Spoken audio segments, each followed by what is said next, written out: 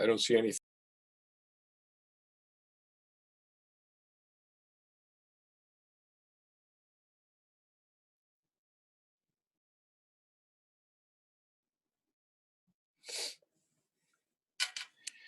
Here we go. We've had a little bit of a technical issue, but now we would very much like to welcome everybody to our very unique presentation tonight. Now, this is not a virtual presentation. This is a real presentation with real folks. We have a real speaker and a real chance for all of you to participate. So on behalf of the Daniel Pearl Education Center Committee, I welcome all of you to our presentation here tonight. We have wanted very much over the past couple of years to start a lecture series, and certainly this is a very interesting way of kicking off a lecture series for all of us. I want to give a little bit of advertisement also, if this works out, which I'm sure it will. On June the 7th at 8 p.m., the Daniel Pearl Education Center will be sponsoring a concert with people that from Temple B'nai Shalom that everybody knows very well. Kevin, our tremendous accompaniment person, and Gloria from our choir will be giving a concert on June the 7th at 8 p.m. You are all certainly welcome to tune in through YouTube. So I want to thank all of my committee members, especially Rebecca and Danny and Rosalie and everybody else. If I don't say anybody else's name, kill me. So I want to thank everybody. And without further ado, I'd like to introduce Rabbi Eric Eisenkramer, who would have a few words to say. Thank you very much, Andy. It's really a great pleasure to be with everybody virtually this evening and to be able to hear from Mayor Cohen. That was Andy Boyarsky, the head of the Daniel Pearl Education Center. We're very grateful to Mayor Cohen, who's joining us virtually from his home and will be speaking this evening. And I'd also like to thank Andy Boyarsky and the DPEC committee for all of their good work and for putting together this virtual speaker this evening. And I want to wish everybody out there who's watching much good health and safety in this difficult time. May all those in need of healing be granted a refuah shlema, a complete healing. Amen. Andy, let me send it back to you, and I look forward to hearing from the mayor. Thank you, Rabbi. I just want to remind everybody that, this is a completely free event. We are charging absolutely nothing. The Daniel Pearl Education Center made a significant donation to the Blue Charity Fund of the East Brunswick Police Benevolent Association. This is a tremendous group of folks through the police department that have been helping people out in need at this time. If anybody feels moved to help them out, you can certainly make a donation through Daniel Pearl tonight, and I promise you 100% of the money will go to them. So let me just quickly start out by just, when we put this together, the first thing that I thought of is, believe it or not, is Tip O'Neill. Tip O'Neill, the famous congressman from Massachusetts, who had a very famous friend who used to get together and was his so-called drinking buddy. And his drinking buddy was Tip O'Neill from Massachusetts, probably one of the most diehard Democrats in the history of the world. And his drinking buddy was one of the most diehard Republicans in the history of the world, Ronald Reagan.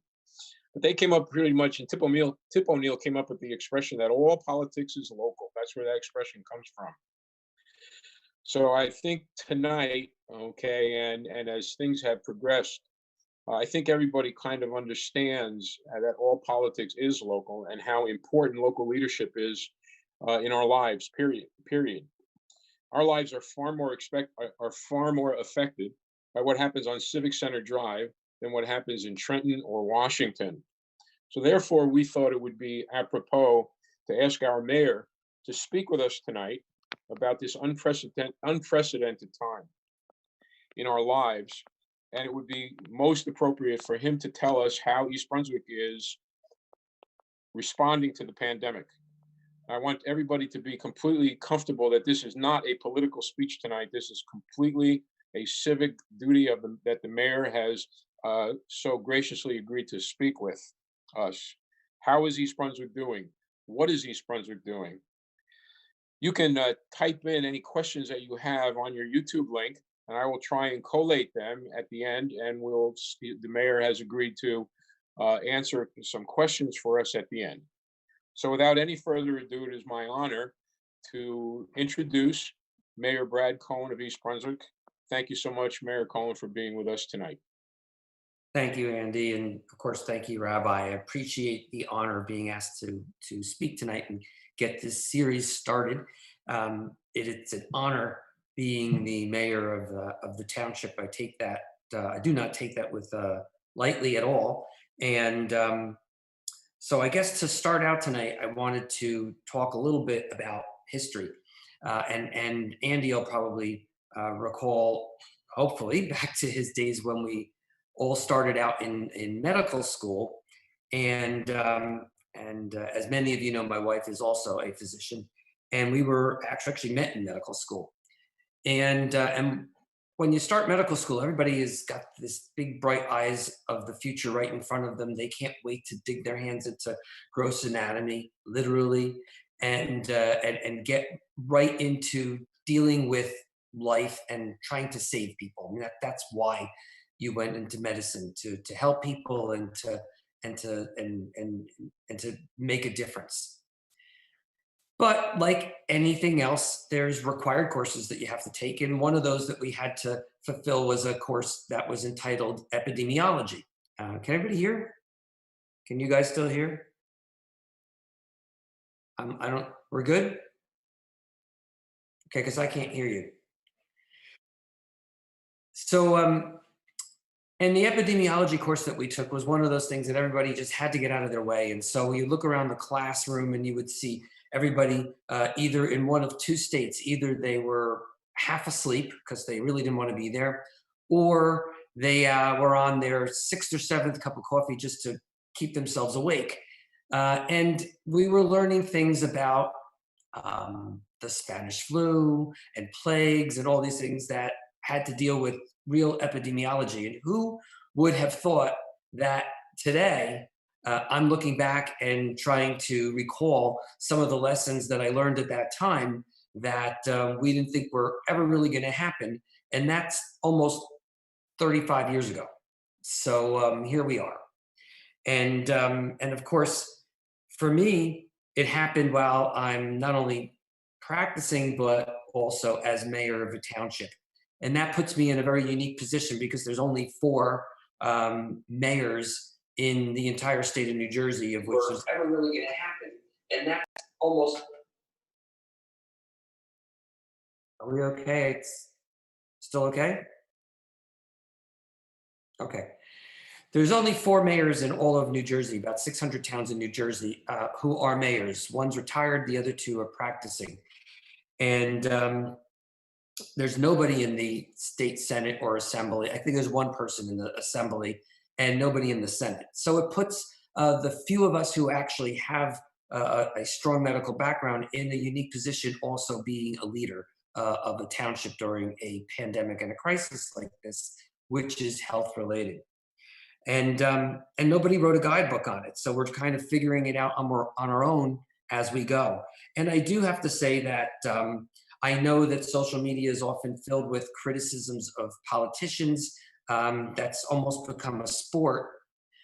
But from my vantage point, looking at other mayors and looking at people in the state assembly and people in the state Senate, the governor, other governors, I have to say that regardless of what party they come from, everybody has risen to the challenge and is doing what they can as best as they know to do the right thing. And that maybe is one way in which some of this partisan politics that we have dealt with over the last several years this might be a reason for us to actually see some light. But from our little Anatevka, our little world in East Brunswick, one of the things that I've depended upon is my belief that no one person knows everything and you have to work as a team. So while it's helped to have a medical background, I still have a team around me, many of whom have been through crises before. I have a chief of police. I have who's been in the township now for 40 years. I've got a director of OEM who has been doing this for almost 40 years. And I have a business administrator who's been managing towns and towns our size for decades. So having that broad spectrum of experience around me helps us sit around as a team and really have a lot of experience being brought to the table so we can make what we feel are the best decisions. And that happened very early on in this crisis when it started from its very beginnings. I recognized, as did many people, the gravity of what we were dealing with. And our team decided that we were going to make some changes and make a proclamation for this township that shut down businesses that were going to in no way be able to keep people within social distance guidelines. And we did that before the governor put in any executive orders and way before he shut down the state. Our executive order or proclamation, which I said predated any of his, called for shutting down of daycare centers and adult daycare centers, and for salons and massage parlors and nail salons and banquet halls. There was just no way that anybody could logically explain to me how you could social distance in any one of those facilities. And in fact, we had to deal with calls from the governor's office saying that we had no right to do that only the governor could make those decisions. And, you know, I don't like to be confrontational, but my answer at the time was, number one, I have an officer who is in OEM who's been doing this 40 years, who tells me that we absolutely have the right and the ability to do it. I have a township attorney who tells me that we're actually on uncharted territories right now, and there really is no case law on any of this. And thirdly, if the governor and anybody in his office can explain to me how you could social distance and still get a haircut and a massage, I'm open to hear how that's going to happen. But until such time as you could tell me how that can happen, these places will remain closed. And as most of you know, over the course of the next 10 days to 2 weeks, all of those things were eventually closed down. And so I think that, again, being a physician, understanding epidemiology, understanding how disease spreads, understanding as much as we could have about coronavirus at that time, I don't doubt that we did the right thing. And I think that we saved lives, or at least reduced the amount of disease. And that was the whole goal. So that was a team approach, but again, critical to making the right decisions. And ultimately, the governor's office never followed through because it would be a poor case for them to make when they, in fact, ended up doing the exact same thing. The other thing that becomes important and that we did in the township that I think helped put us in a good position is that very early on, we took everybody that works at the township, and my responsibility as mayor is not only to the residents of the township, but for as much for the people that work for us. They're under their safety and their health concerns matter to me as much as anybody else's. So right from the beginning, we put people on A and B teams and reduced the amount of staff that was in the building so that it would be much easier for people to social distance within the building. And at the same time, made sure that our IT department provided anybody that needed it and could possibly work from home with the tools that they needed to work from home. And once we recognized that the virus and the numbers were actually getting worse, I actually, along with my OEM director and business administrator, our team, made the decision that everybody that didn't need to be in the building should work remotely. That was before the time that it was required of everybody. Only essential people needed to be in the building, and if anybody else could work from home, they could. And I think that has helped us. Our most recent statistics on health related costs for the township now are responsible for all of the active employees, the employees' families, and retired employees and their families.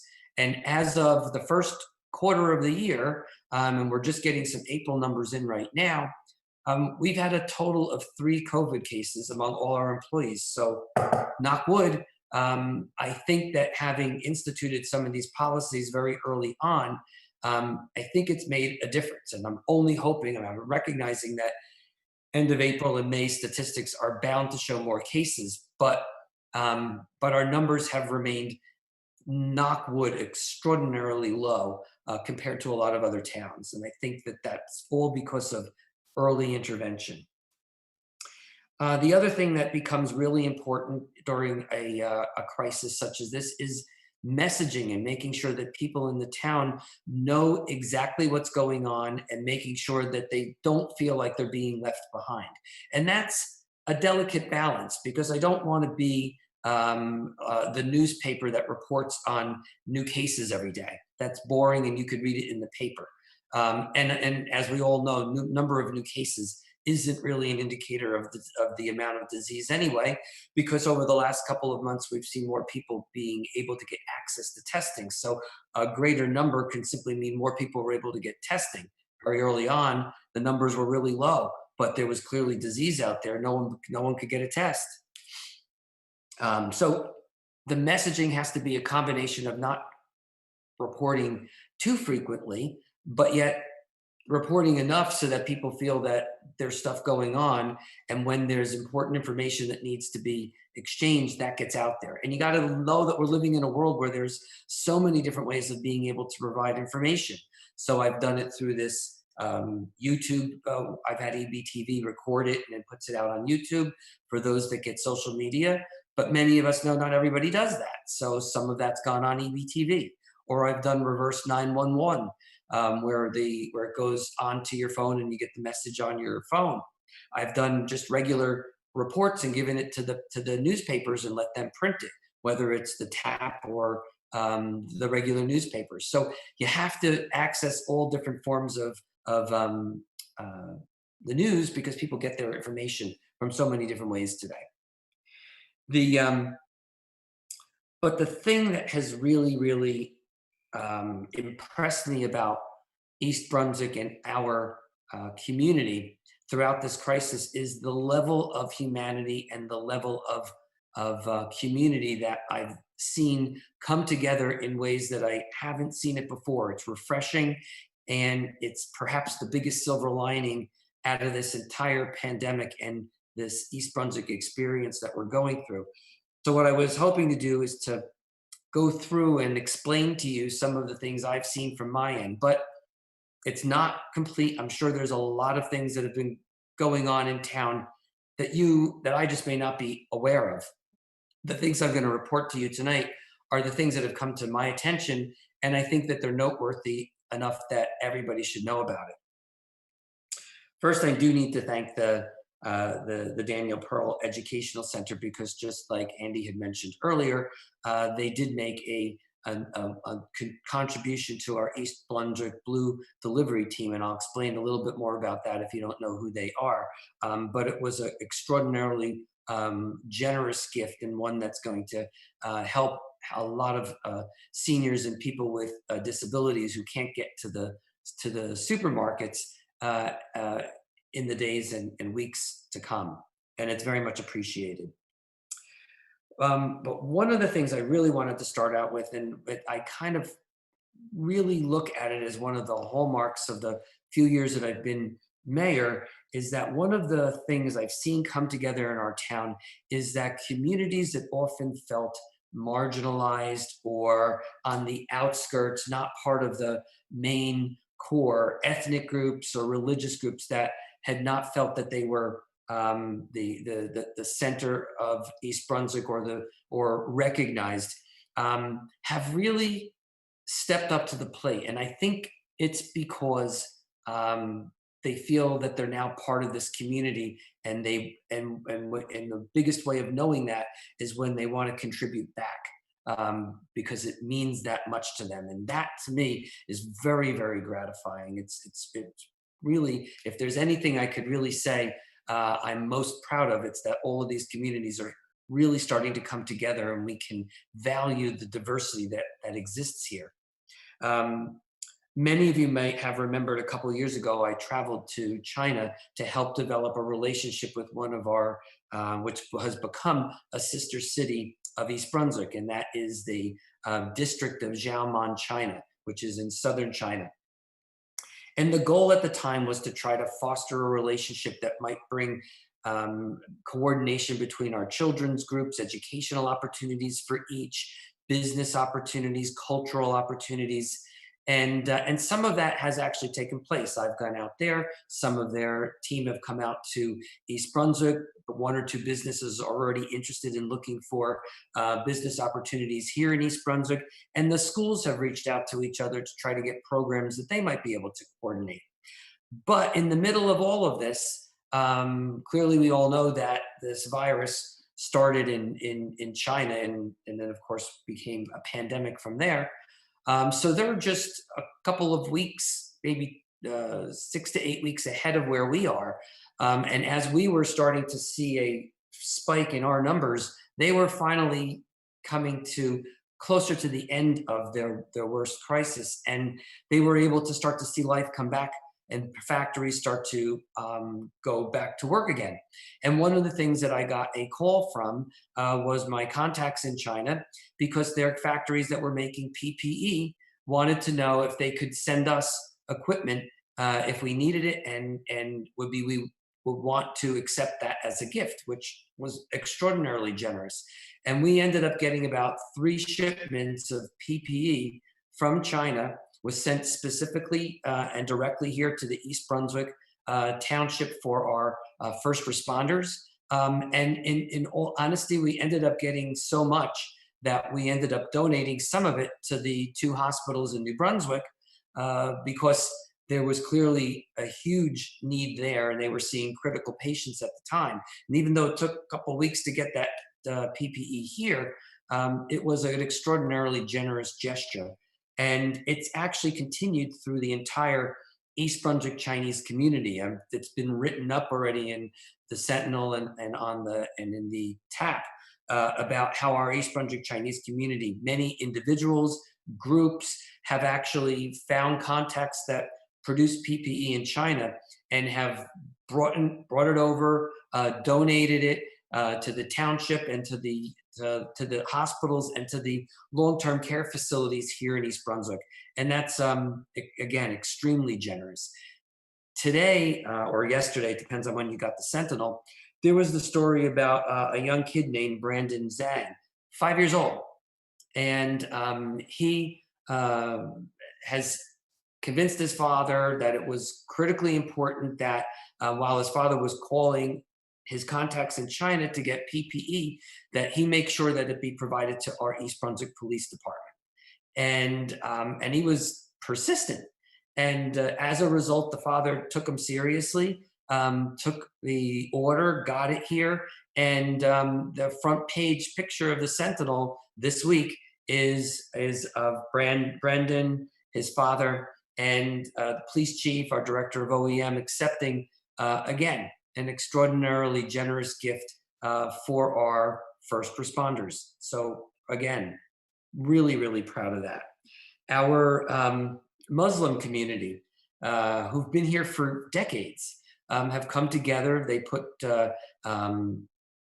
pages together and people have donated. They've contributed heavily to the product, to getting PPE and for food for first responders and hospital workers in New Brunswick. We've also gotten a couple of $1,000s from just recently from the Indian Cultural Society here in East Brunswick. They've donated actually directly to the Mayor's Charity Fund, which in turn has been going out, purchasing food in East Brunswick stores, because we want to keep our businesses active, and we don't want to lose any of our small businesses. So we want to do everything possible to try to keep them in business. And we've donated food to first responders. The fund has also helped to donate towards Aldersgate, which in the middle of all of this, that food bank is stretched very, very thin.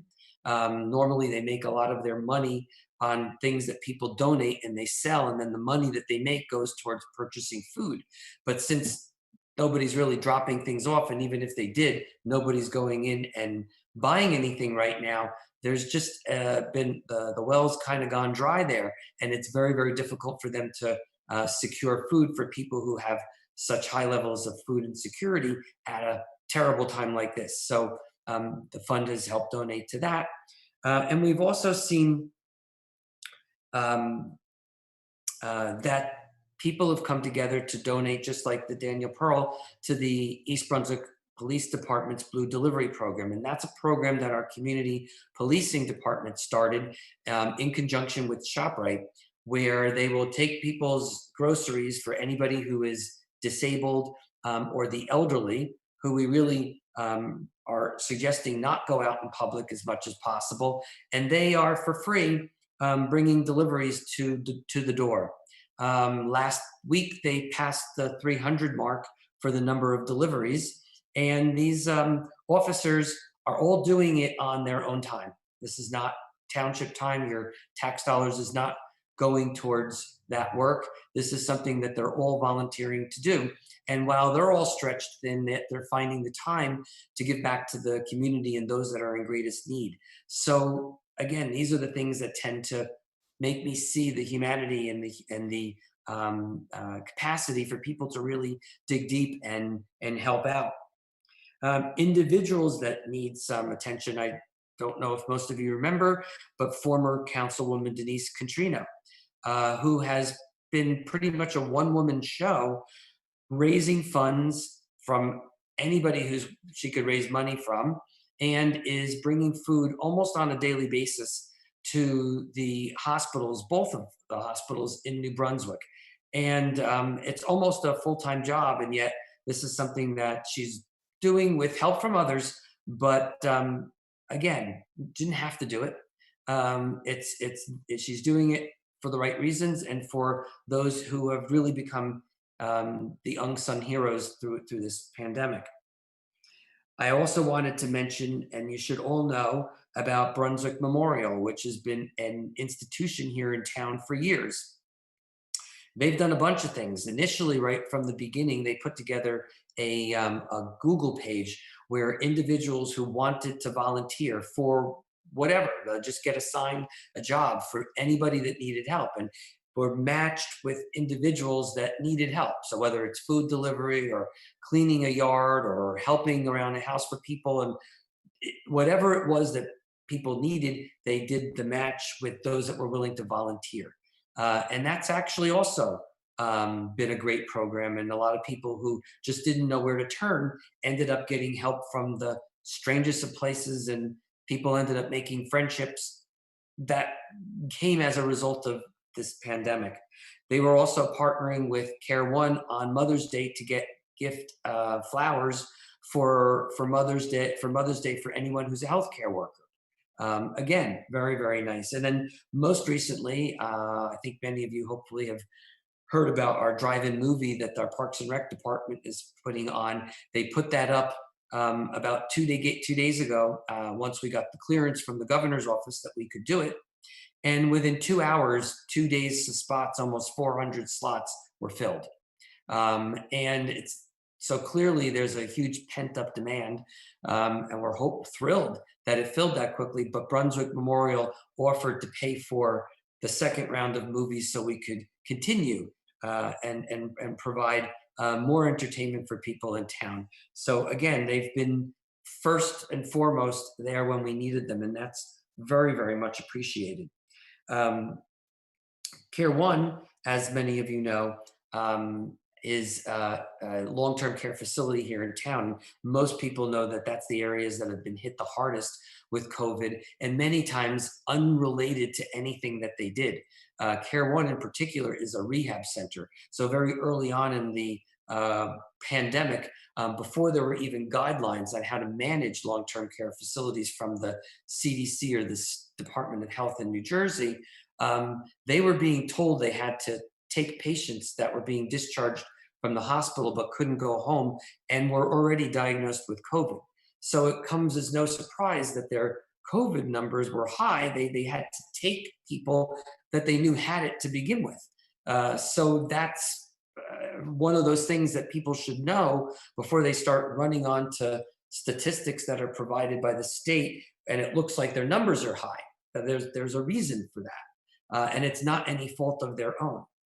But they've also been extraordinarily generous in terms of providing access to the town, the flowers. They've been doing a whole lot of different projects for the township. In return, there's an extraordinarily good working relationship between our OEM director, our chief of police, and all three long-term care facilities. So while you may read in the news about horrible things that are happening across the state or places where these facilities have gotten a bad rep, I could tell you with firsthand experience that that they are a working partner with our township and the first responders. And we've done what we can to help get them PPE when they couldn't find it.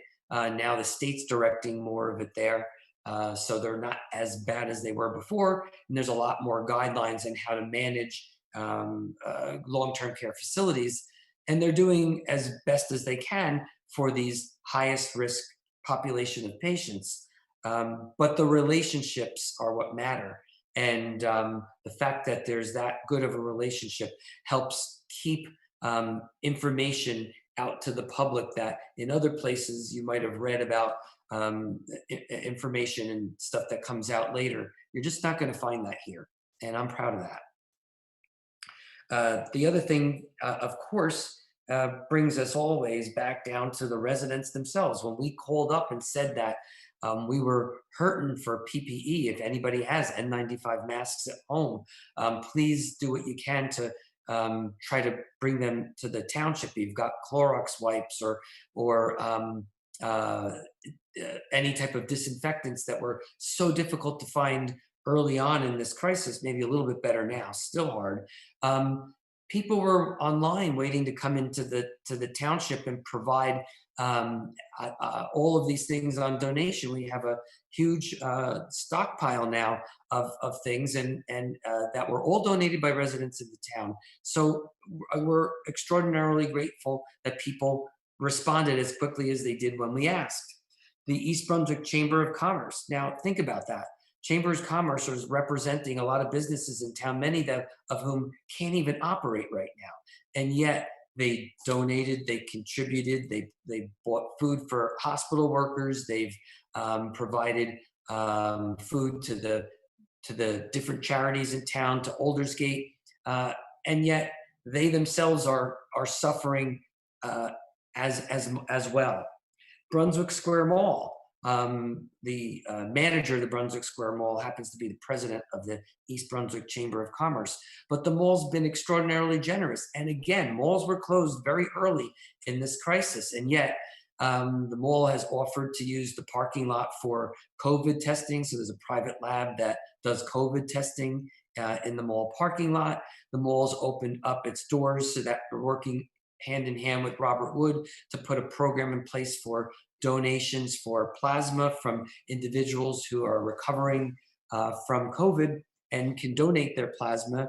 That's something that the mall's working on. They actually even volunteered to be a staging area for graduation for East Brunswick High School, so that should the graduations be allowed outdoors and allowed to do a drive-through, there was the thought that maybe people could stage at the mall and drive up Summerhill and go into the high school, get your diploma, and then drive out the Cranberry Road exit.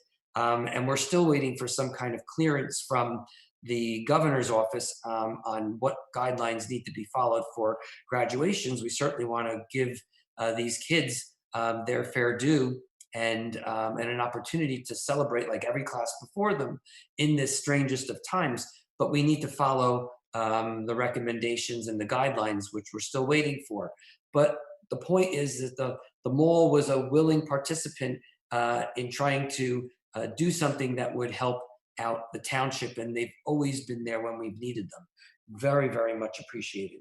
You may have also read about Clothing Center. Steve Warby, the owner of Clothing Center, another business that's not deemed essential, so they had to close, opened up and started producing gowns for St. Peter's because they have the capacity to do that.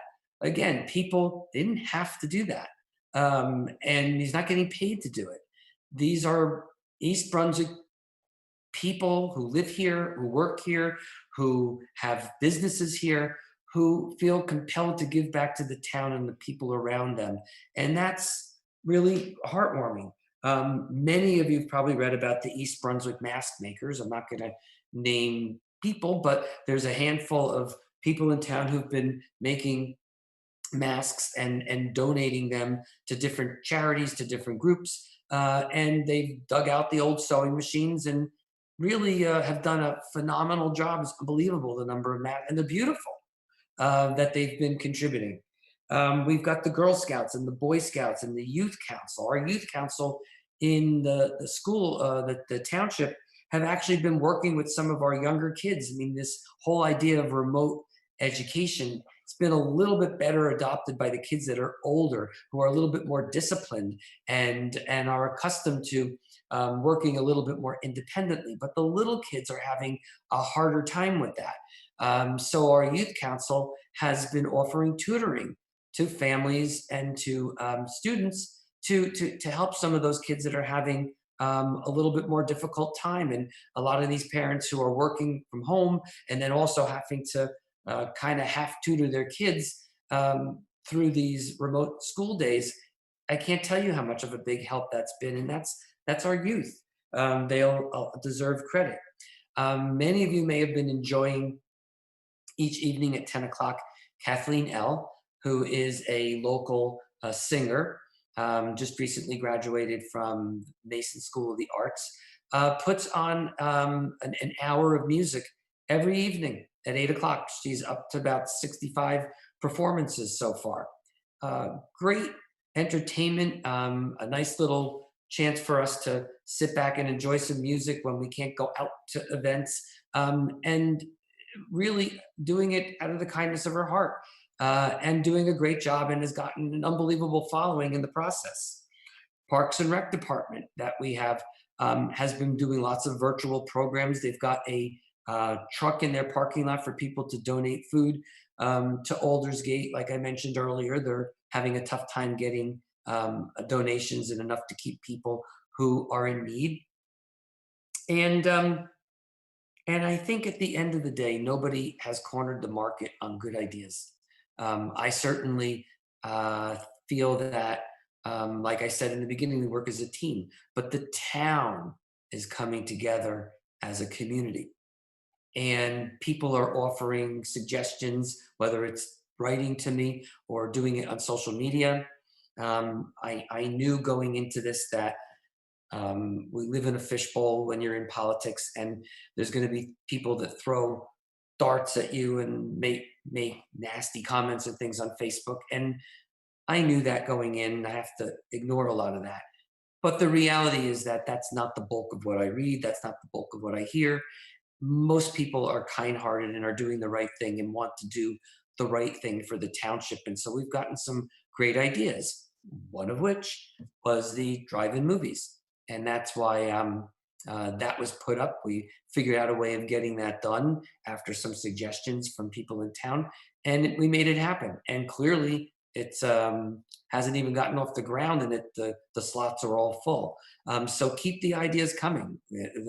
Our ears are open, and we want to do the right thing for the town. We also think that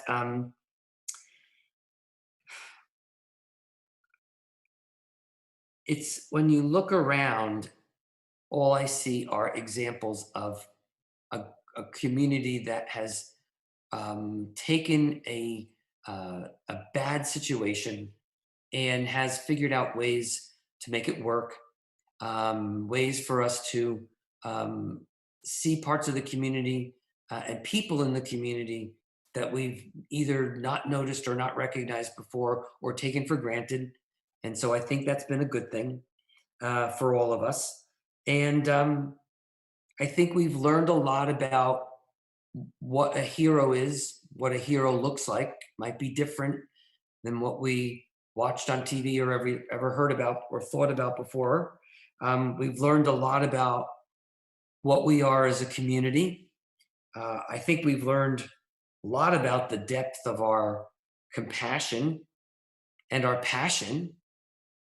And I think that we're witnessing a valuable lesson in something that we as Jews see as a tradition of tikkun olam, that it's our moral obligation to direct our actions and to a singular goal of healing the world. And that's pretty much what guides me. So with that, I hope that it kind of gives you a little worldview of what our town's been doing throughout this crisis, and how I've chosen to lead through this crisis, and we'll get through it. I'm sure we will. So I'm going to open it to any questions. Well, Mayor, that has been a tremendous presentation. I know, I'm sure when you ran for mayor 3 years ago, this is not exactly what was on top of your list of things to get ready for. No. But I mean, the town, from what you say, has really come together in a tremendous fashion. You look around and you see it all the time. There are some questions that we were wondering if you could just answer maybe a few of them. Sure. The first, do you have any ideas yet, or have you been guided by the state as to when the houses of worship will be able to open, at least on a limited basis? Yeah, so the governor came out this week with what he calls a staged plan for reopening. And the first stage is what we're in right now, where outdoor activities and events or places or activities that put very little risk of transmission are being allowed. The opening of the houses of worship, limited restaurants, gyms, salons, that whole group is part of stage 2. And the last thing we've heard is that it would be a couple of weeks. Now, that in Trenton is usually code word for at least 2 weeks. Because we've heard that before, when they said that the other things were going to open, they would say, oh, a couple of weeks, and it turned out to be about 2. Clearly, they're letting the science guide their decision making, and I think what they're going to be looking at is, as they slowly start to open in the 2 weeks since they've started the process, what's happening with cases. And if they see that it's continuing, if I were to project, with not having been told anything in writing or anything formally, when we would start to see houses of worship opening on a limited basis with social distancing, I would bet a minimum of 2 weeks. That's actually, I think, a little quicker than some of us might have anticipated, but that's very encouraging. I think obviously the social distancing is going to have to be tremendously followed no matter where. It seems to be the only thing that seems to be working, since there's no treatment or vaccine yet. Yeah, and they'll have guidelines, I'm sure, put in place for how many people you can have, what type of distancing you should have apart, should be wearing masks, what sanitizers, hand washing, all of the things that we now have become pretty much accustomed to as part of this process. But I would say a minimum of 2 weeks. It might be a little longer, but I'm sure they're letting the numbers guide that decision. Another question, which was very interesting, since you are a physician, I think you said there were only 4 mayor physicians in the state. Have Yeah. any of the surrounding towns looked to you, with your experience and with your medical background, to either close it early like you did some of the things, or have they asked you for suggestions based on your medical training as opposed to just being a mayor? Yeah, well, the mayor of Somerset, Franklin Park, is Phil Kramer. He's a physician, and we actually worked together on the proclamations that we put through that closed down a lot of businesses before the governor had done that. And his town's a little bit bigger. Franklin's a little bit bigger than East Brunswick, but we did that together. And the other doctor is, I think she's an internist in Homedale. And then there's another guy who was a plastic surgeon but retired in a small town in North Jersey. But the 3 mayors that are active mayors are all mayors of towns that are fairly similar size. And I didn't have a chance to work with her, but I did work with Phil when we put that together, and we were way ahead. of what anybody else had done. And then a couple of towns followed. So Spotswood put something in place. They just basically asked for a copy of what we did. They wanted to do the same thing. And a couple of other towns. The mayor in Sayreville, I speak with her regularly, and a lot of things that she put in place there were all came from what we did, because I think they recognized that they were logical and they made sense and they were based on the science and they were the right thing to do. And our responsibility is to make sure that we keep the public safe. So there were a bunch of towns that followed. Great. Obviously, we all know that this has been a disaster for small businesses. I personally hate the term non-essential businesses because if you own that business, it's essential. Exactly. Do you have any sense yet in East Brunswick of how we're doing with small businesses? Well, that's been one of my biggest objectives, is to make sure that we do everything possible to keep the small businesses in place. It actually kind of bothers me terribly that you could shop in Walmart and you could shop in Target because they have a pharmacy and they have a grocery, but then you could buy clothes there if you want. You could buy electronics, you could buy jewelry, but everybody else has to close. And my fear is that when this is all over, the longer this goes on, those small businesses will not have been able to hang on. And so the Walmarts and the Targets of the world just get bigger. And while the other guys go out, bothers me terribly.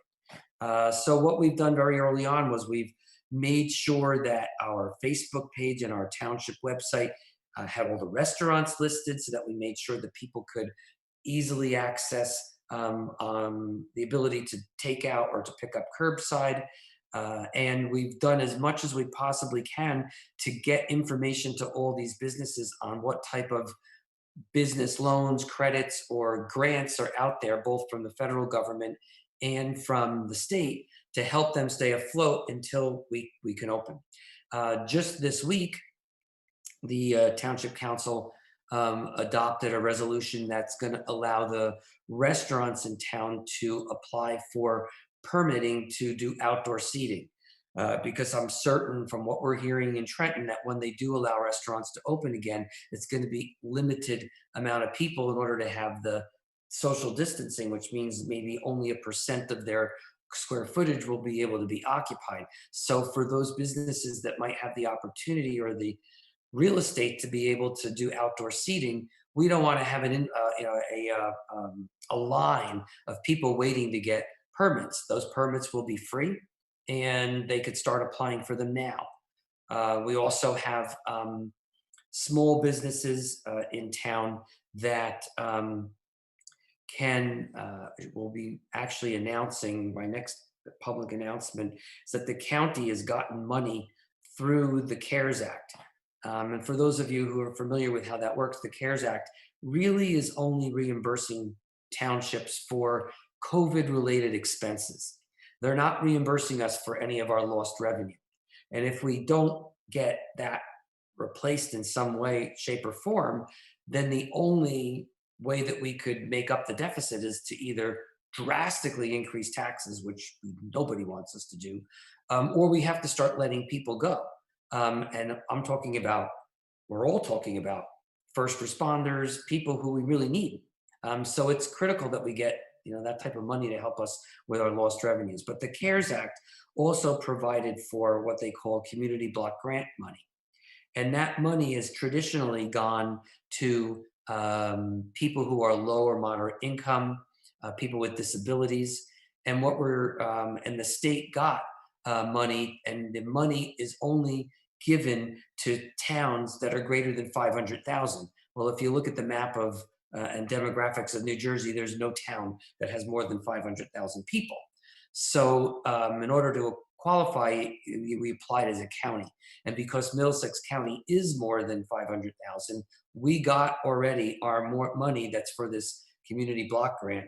And we're going to be using that, the county, you apply, small businesses only, not the big businesses, we're deliberately trying to target the dry cleaners and the salons and the people who have 10 employees or less, who have a workforce that maybe it doesn't even have degrees beyond high school, who themselves qualify as employees in that low to moderate income. This way it kind of fits in with the idea of what the purpose of a community block grant's for. But anybody that fits, any business that fits that category can apply for an up to $30,000 grant. It's not a loan, it's a grant. So I think that our job as leaders is to try to do what we can to try to get the money out there and whatever we can to support these businesses, so that when we do get the green light to start to open, that they'll have a business that's viable. And a lot of that falls upon the rest of us as residents. If you don't want your small businesses to go away, we need to support them. On a lighter note, I guess, this is just, I guess, a personal question. Where's the drive-in movie going to be? So they're doing it in Dieterson Park, right by the back of Heavenly Farms, because it kind of lines up easily for people to park. And we need to put it in a place where there's enough room that we can leave spacing between the cars. And the town actually already had a screen. We bought that a couple of years ago. The audio will be just a radio station signal that you'll be able to get. And so really the only thing that we were waiting for was the purchasing of the movie rights and the green light from the state. And, you know, again, these guys are working around the clock there trying to do the right thing. We were originally, when we contacted them originally a couple of weeks ago, they said, oh, Mayor, you're not going to be able to do that until we lift the restrictions on the curfew and until we start telling people that they can start driving for non-essential purposes. And then literally a week later, last week, they said, oh, you could do drive-ins. I said, but you didn't lift the curfew and you didn't change the restriction for driving for only essential purposes.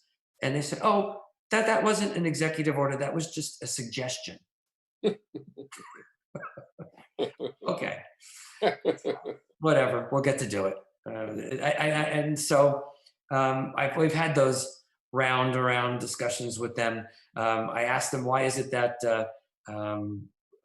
you're letting the ORs start to work again, but you haven't told practices that they could start seeing patients? So if you could start to do elective surgeries, why can't we start seeing patients? And the answer was, well, Mayor, if you read the executive order, it only spoke about elective surgeries. Nobody ever said anything about practices. So, you know, it is what it is. We're starting to all come out of this, and there is a order and a science-based basis that they're using to try to reopen these things in a fair manner, and we need guidance on a lot of things before we end up having to make bad decisions and step backwards. Right now, we're waiting for guidance on graduation. We're waiting for guidance on what to do with our pool. We did need to close our summer camps, which we regret, because I know that that's going to be a big hindrance for a lot of people who will be going back to work and relying on that for daycare. But the main place that we used for the camps were the schools, and the schools aren't letting anybody in the buildings all summer. So we had a camp with no place to put it. And so when you add that, and then the cost that we would have to incur for all of the extra people we would need in order to provide for the social distancing and the guidelines that weren't even out yet, we couldn't wait to the last minute. And had we pulled the plug at the last minute, people would really be scrambling for places to put their kids, and that would have been far more unfair. The pool, on the other hand, last time I checked, chlorine actually kills coronavirus. And we're trying to salvage a season. So we won't be opening for Memorial Day, but we're looking to do an opening on July 1st after school is over. It's going to be day passes only. And the reason is because we'll likely phase in how many people could be allowed in over the course of the summer, because there will likely be more restrictions in the beginning and that might lighten up as time goes on. So it's kind of not fair to charge people for a full season when we won't be able to use all of that facility for all of the time that we traditionally have provided it. And the East Brunswick residents who have complained in the past that they have often been not able to get in because out-of-towners displaced them, we're allowing East Brunswick residents will have a cheaper price for the daily pass, and they'll be allowed to get into the park an hour earlier than anybody else, so that there will be a mechanism to try to make sure that we do something to help the people that live here. But we still need to try to make that work in a acceptable and safe way. And we also want to make it, we can't just continue to bleed money. It's a utility, so it has to be self-liquidating. If it loses money, then that loss has to be picked up by taxpayers, and we don't want to have to do that. It's never had to do that before, and I don't want to have to start doing that now. So if we could salvage the season with day passes and give people an opportunity to at least enjoy the camp at the park, that's what we're going to strive to do. That's great. Well, Brad, Mayor, I really appreciate you taking the time out. I know that it's a very busy time for you. I think all of us, you'd probably get a standing ovation if we were all together. But I really want to thank you on behalf of Daniel Pearl Education Center. I personally want to thank you on behalf of the town. I think as a community, East Brunswick has really stepped out and tried to keep things as safe as possible. And I congratulate you and all the people that work with you. And I would like to remind everybody to stay safe and social distance and be careful out there. Also, remember that on June the 7th, Sunday evening of June the 7th, we'd love to see you back for our concert. And with that, good evening to everybody, and we'll hope to see you soon, both personally and online. Good night. Good night. Thank you.